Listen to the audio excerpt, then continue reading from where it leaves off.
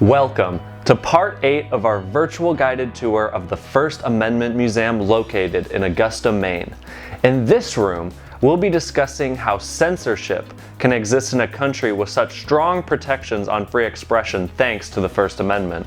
Contrary to what many people think, there is a lot of censorship in the United States. Almost every type of media is subject to some form of censorship.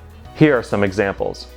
Books are banned in the US when school boards vote not to include certain ones in school libraries.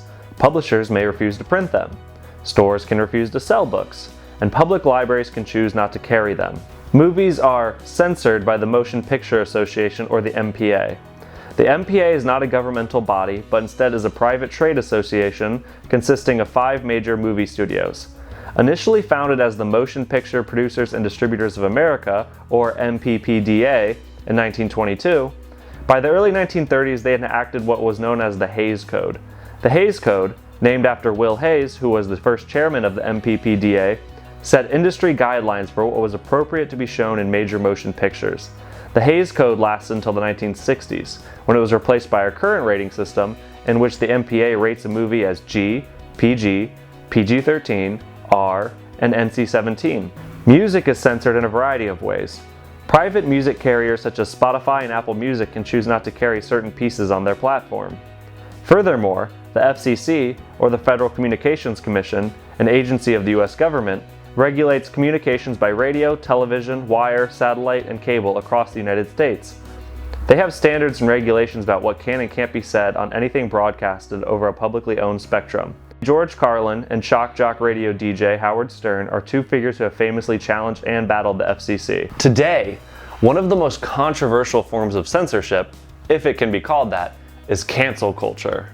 Cancel culture, or call-out culture, is often claimed to be a modern form of ostracism in which groups of internet users attempt, often somewhat successfully, to thrust public figures out of social or professional circles due to some perceived wrongdoing. The first 5 words of the First Amendment are "Congress shall make no law," which means that the First Amendment only applies to the federal government and also to state governments through the 14th Amendment.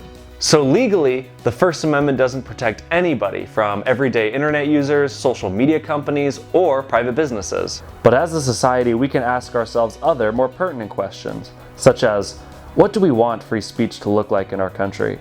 Should all speech have major consequences? Is cancel culture good for civil discourse? Or even, should the federal government regulate social media companies? Censorship is a massive topic, and we barely touched the surface of it. We hope you will come to the First Amendment Museum for an in-person visit where we can discuss censorship more in depth. Thank you for joining us for Part 8 of our virtual guided tour of the First Amendment Museum located in Augusta, Maine. Please join us for Part 9, where we will be discussing the often forgotten freedom of petition.